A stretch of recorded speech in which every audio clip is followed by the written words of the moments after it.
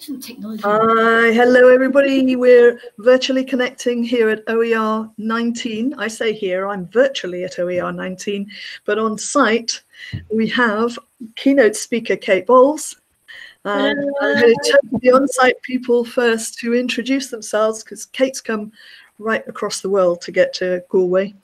So let's hear from our on-site folk first. Mary Loftus. So I had the pleasure to visit Kate about this time last year, just over a year ago. I'm a PhD student at NUI Galway. I'm looking at data created by learners and modelled by learners, so a kind of a different slant on learning analytics. And I also teach at IT Sligo, and we are a smaller university, well, soon to be university on the West Coast. Hi, everybody. Oh, that's Helen. Lovely, thank you, Mary. And I'm Kate, and I work at the University of Wollongong, which is just a little bit south of Sydney.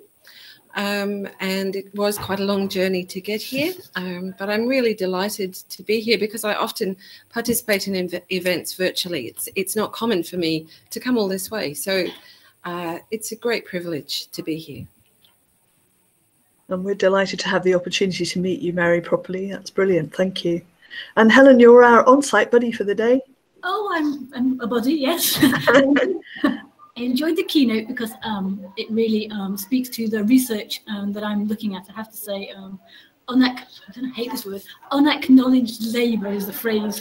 It's just labour. So it's work. So it really resonated, and this discussion needs to be said, and the word solidarity that came up, it also needs to be put at the top of things, in my opinion. So I'm looking forward to conversing with people and joining the conversation. Thank you.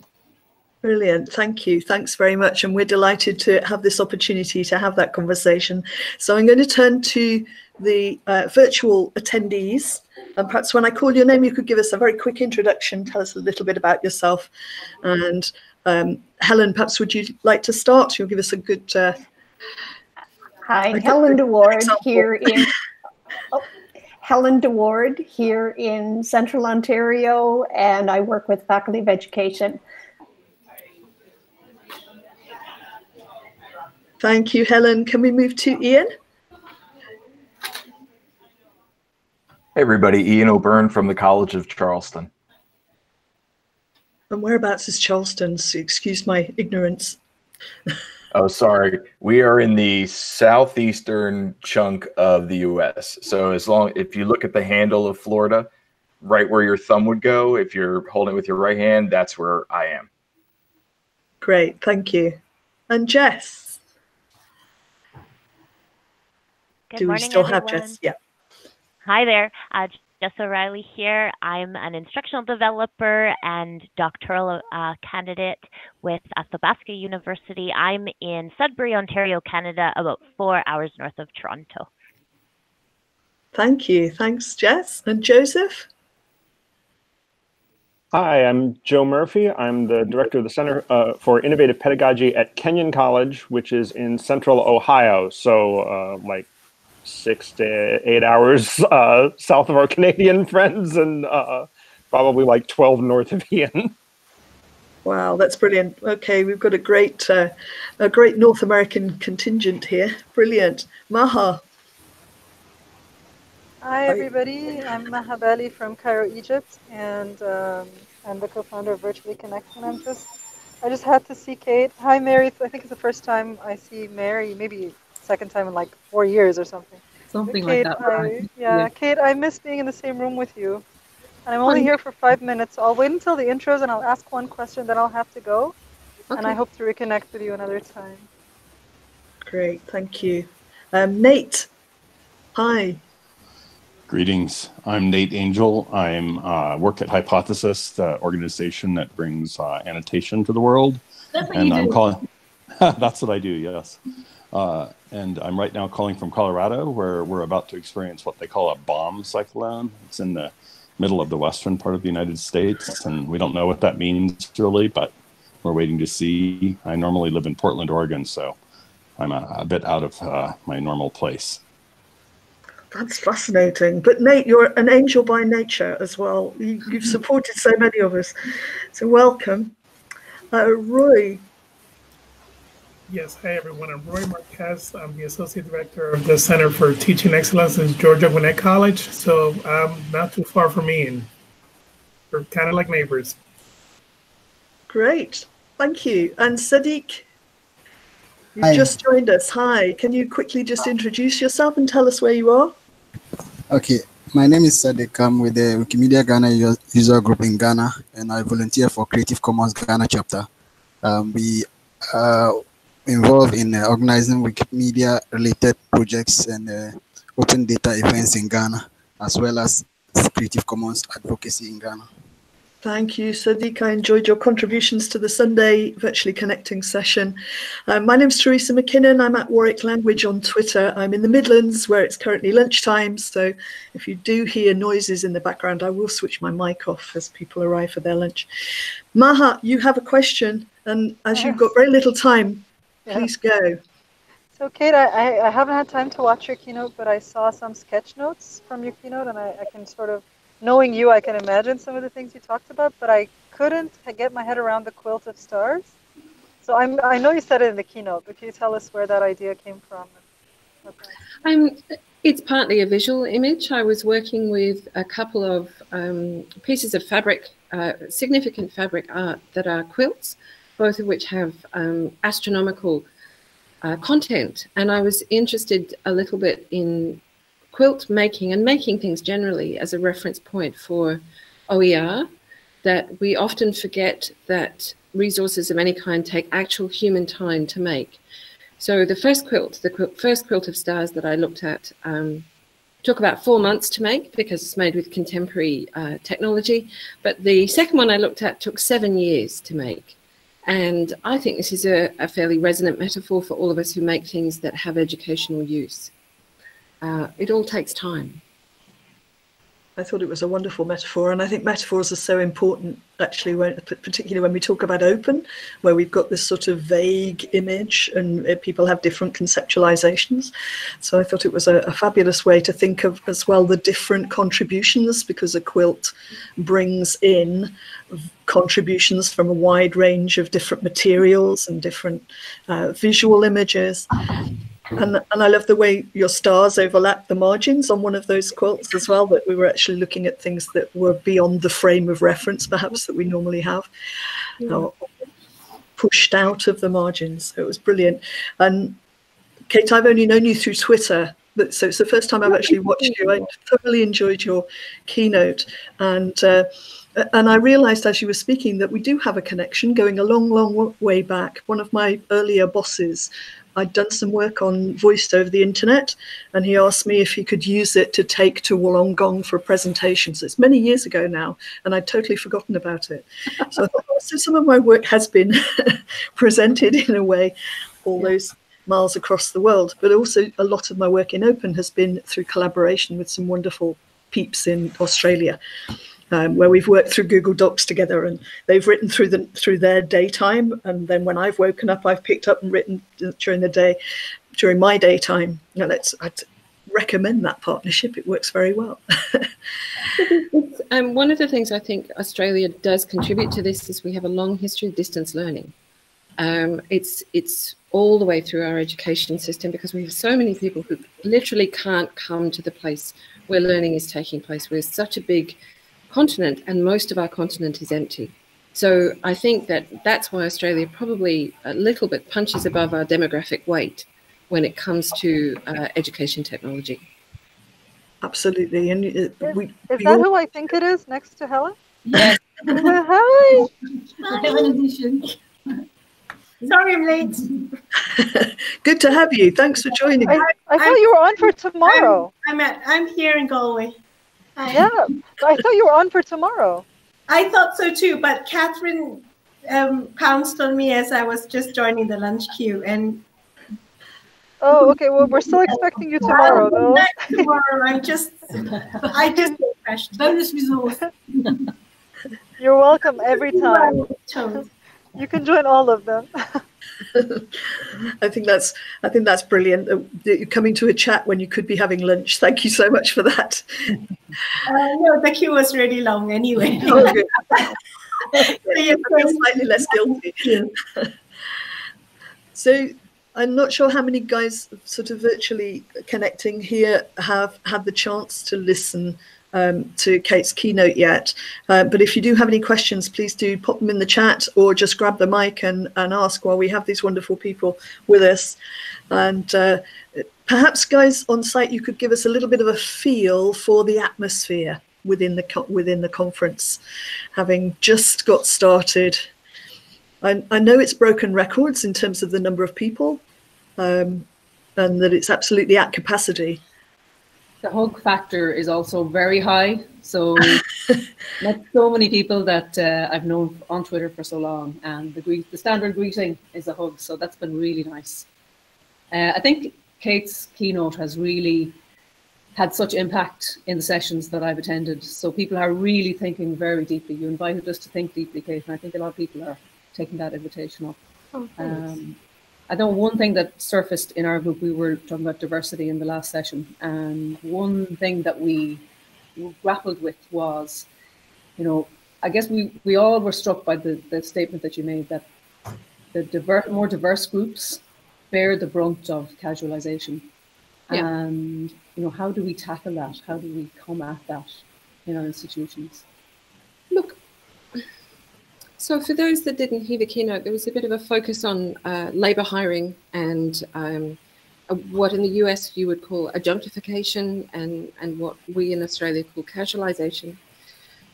Coming here, it had really struck me that open education with a much longer history of social justice has really focused outwards on students and communities and the people that the content serves.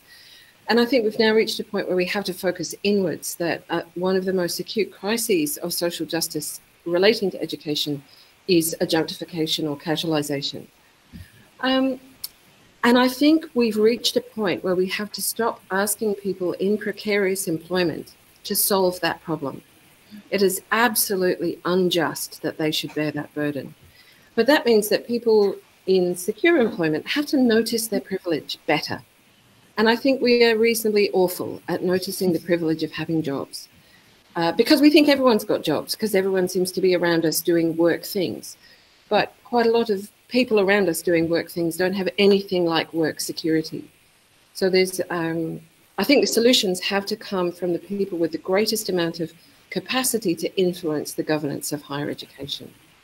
But we also have to make sure that in doing that, we don't re-silence people who are experiencing labour insecurity by speaking over the top of them or speaking for them, particularly where diversity is part of the complicating factor. So Mary's referencing a part of the talk where UK data shows that precarious employment is disproportionately experienced by people from minority backgrounds. So the arrival of precarity in our institution, as it has gone to so many other types of work, has introduced an underclass, and that underclass is something that we really all have to think about in terms of diversity. So that's really what that was about. How do we become more conscientious in acknowledging the mess that things are in? Can I also add something? This has been going through my mind. Cheryl Hodgkinson Williams was here recently, and we were discussing whether the idea of encouraging faculty, even those who are full-time, who are maybe not tenured, but maybe semi-secure, to produce open educational resources and that kind of thing. And for a lot of people, this could be the start of their own adjunctification by making themselves less, for them, if content is a key thing of what they offer, then offering it for others for free is they're offering their labor to others, and then they will become less important because now their labor is available to everyone else. And so they're not currently adjunct, but they're making it easier for their institution to make them precarious by being open. So obviously it doesn't happen to everyone because a lot of us, what we have to offer is not the content, but for other people, that is what they have to offer. Maha, I think that's extraordinarily important, and I'm so glad that you've brought that in, because I do think that the open agenda has inadvertently colluded with the casualisation outcome. And at the moment, I feel with great regret that one of the few things that anybody can do at this time is insist on valuing their labor properly, because actually that's not a simple thing to do when you have no power. And when there is a surplus of people waiting to work. So I think you've touched on one of the most complex problems that we're facing, which is that open is a pathway to more efficient education with fewer hands, and that is enormously problematic. I thought that there was a lovely moment in your talk where you were questioned, and the expression bed blockers came up, which might not be a familiar expression to everybody. It's very familiar to those of us in the UK, which is this thought, because when we're talking about people perhaps who are on insecure contracts, and I've done many of those in my time, this is actually not an issue that only touches those. All of us feel insecure currently in the UK in terms of our employment, and even big major employers are warning us that there will be job losses and this sort of thing. But this term bed blockers, which was kind of used to talk about those of us of a certain age, and I certainly put myself in that category, who perhaps would, and funnily enough, I had an email from one of my managers on exactly this theme, would feel under pressure to make space available in order to allow career development for younger people coming through. And when I got that particular message, I thought, well, hang on a minute, I still have a young one with a university debt, and I have a disabled son that I'm responsible for. So there's a picture to everybody, and this sort of pitting people against each other is a classic management ploy. So there were some really, really thorny issues, I think, that you tackled here, and there's some big stuff to discuss openly, I think. So thank you for opening that kind of words. I think makes it difficult, and I'd be interested to hear from some people who are from the US. When we generalize about higher education, we tend to assume that higher education has much the same conditions of work everywhere. In Australia, we don't have tenure at all. So the whole adjunctification discussion in the US that is framed around the decline of tenure track positions isn't quite the same. I can be made redundant. The university can simply decide that the area that I teach in is no longer attractive to students, and that's it, we're done. It has to, because we're a unionized system, it has to make a reasonable effort to find something else for me to do. But if I'm a philosopher and the market for philosophy collapses, I'm not actually going to start teaching chemistry. So actually, we have no security of employment. And I think it means that we need to start a conversation about justice in hiring that recognizes difference in systems. And I don't think we're really good at that.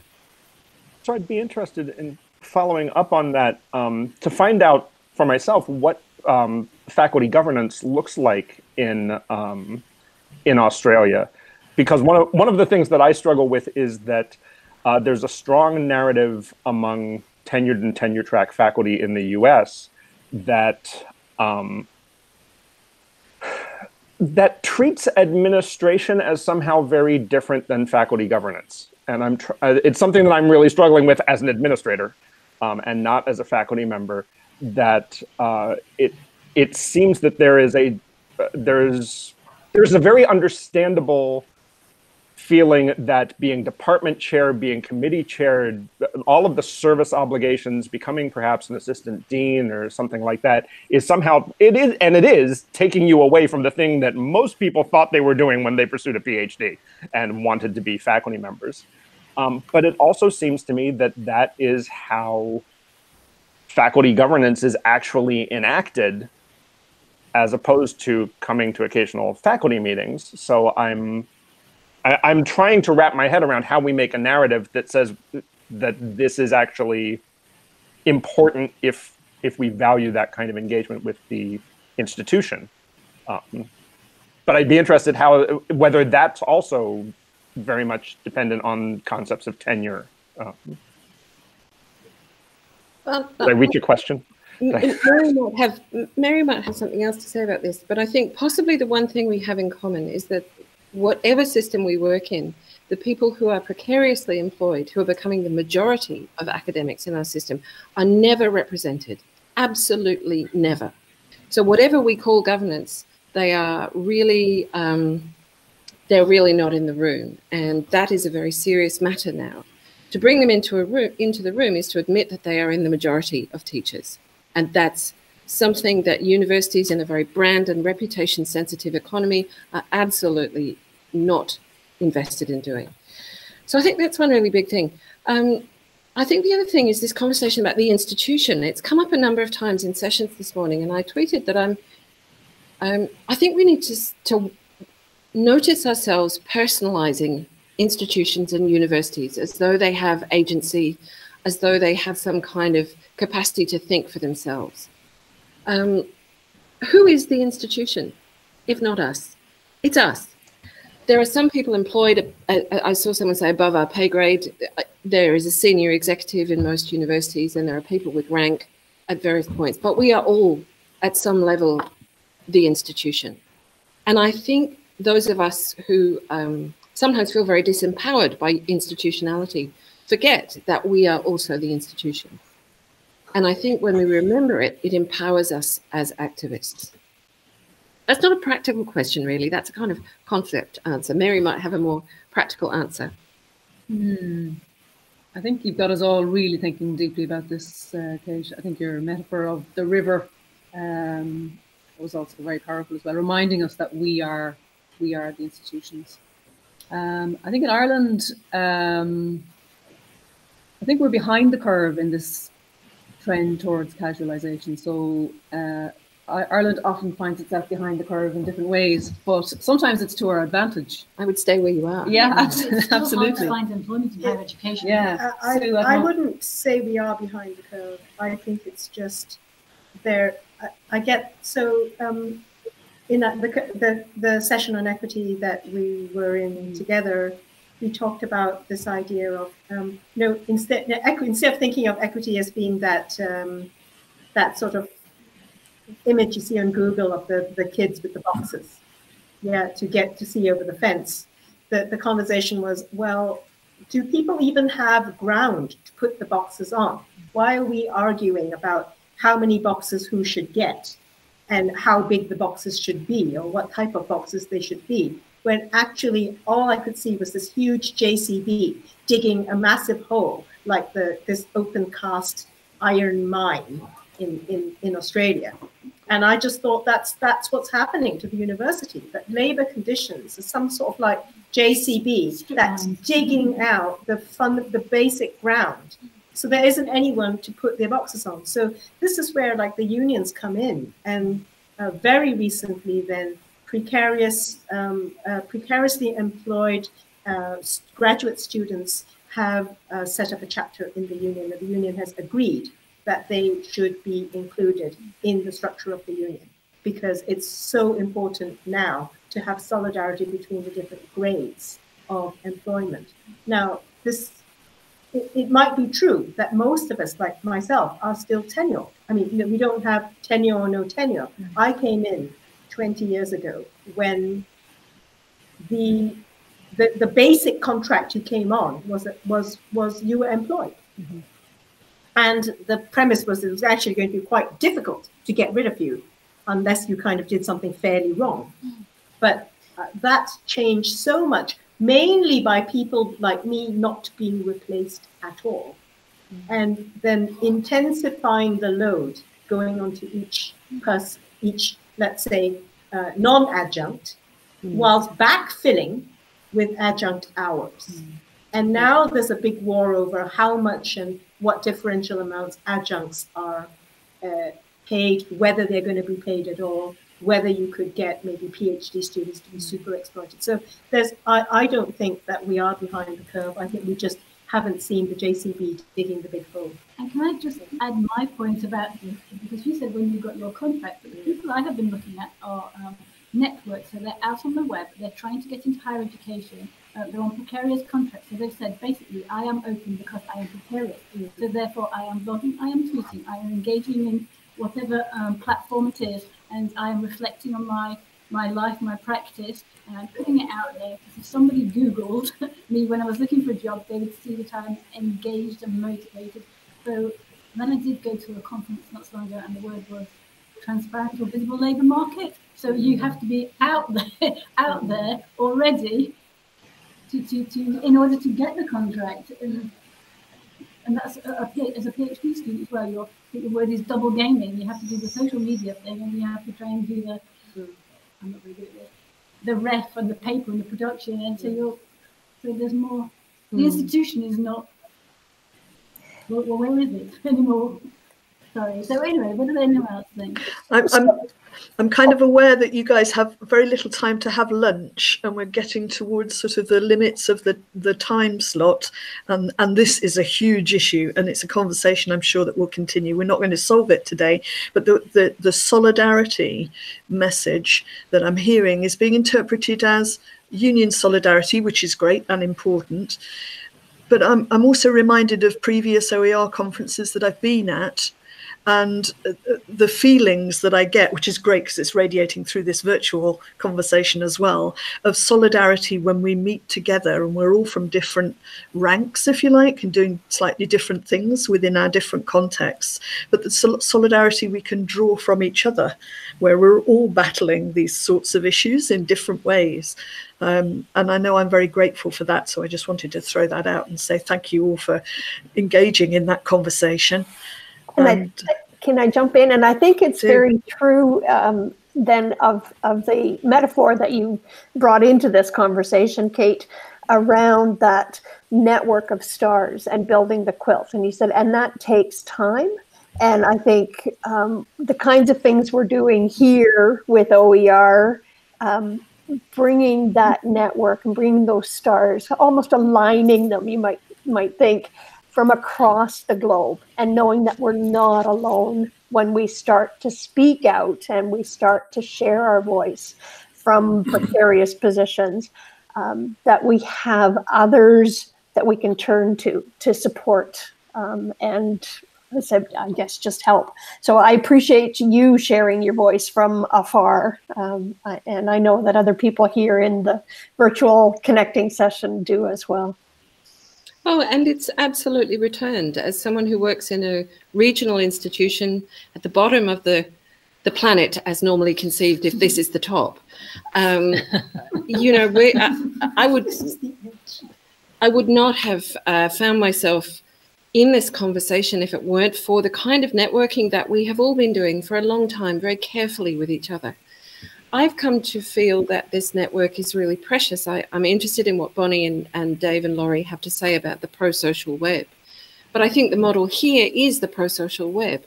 We have taken care of one another in often very difficult situations. And I really want to thank Virtually Connecting. Maha and I go back a long way on this question of virtually connecting. And initially I said, I don't know, I don't really like the look of it at all.